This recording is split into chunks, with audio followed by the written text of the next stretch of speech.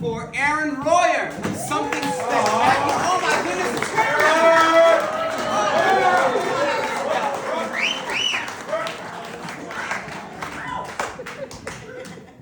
Merry Christmas, Provincetown. Or should I say Merry Christmas to the island of misfit toys? So, this is going to be the true story of this guy, Hermie the Homo. Hermie hated the North Pole. Everyone did the same thing, day after day, making toys and worshiping that chimney-slithering buffoon. He learned early on that elves were happy. They sung and chirped and made toys. The emotional work of being cheerful is literally in the job description. But Hermie was not happy. He was angry. It was a total mystery to him. He had the same life as all the other elves and was treated just like everyone else.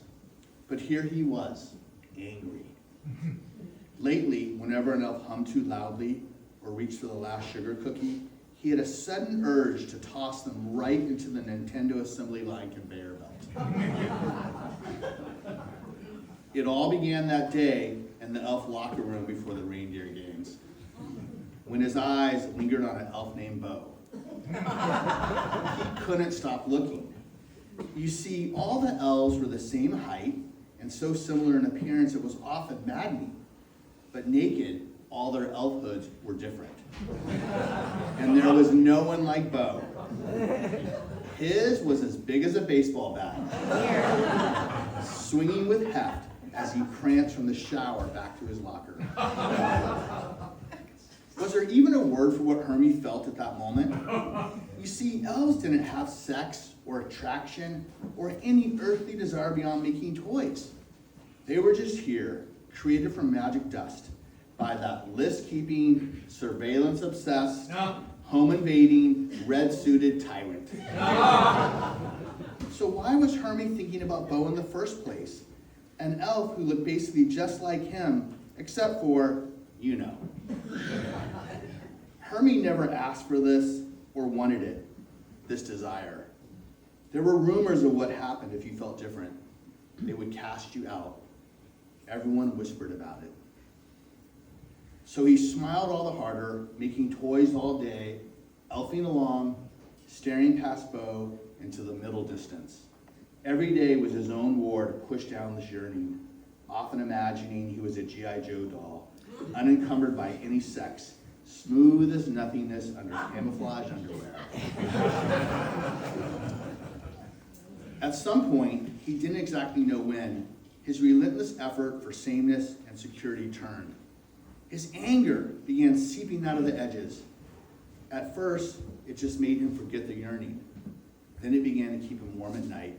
And finally, it was an inferno. One day, he started secretly mutilating his dolls, pulling out their teeth, one by one, with a wrench from the Craftsman Junior set that he stole from a stocking stuffer warehouse.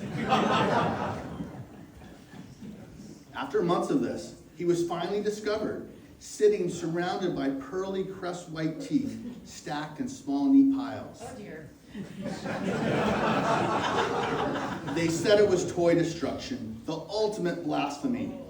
He saw the disgust in their gaze, and Hermie felt as if his shame, his desire, his yearning was suddenly under a spotlight. But he was still an elf at his core and quick on his feet. It's not what you think. I'm just doing dental work.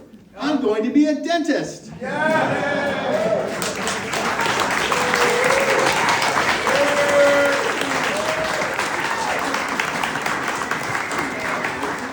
he looks like he could pull some teeth out, don't you think?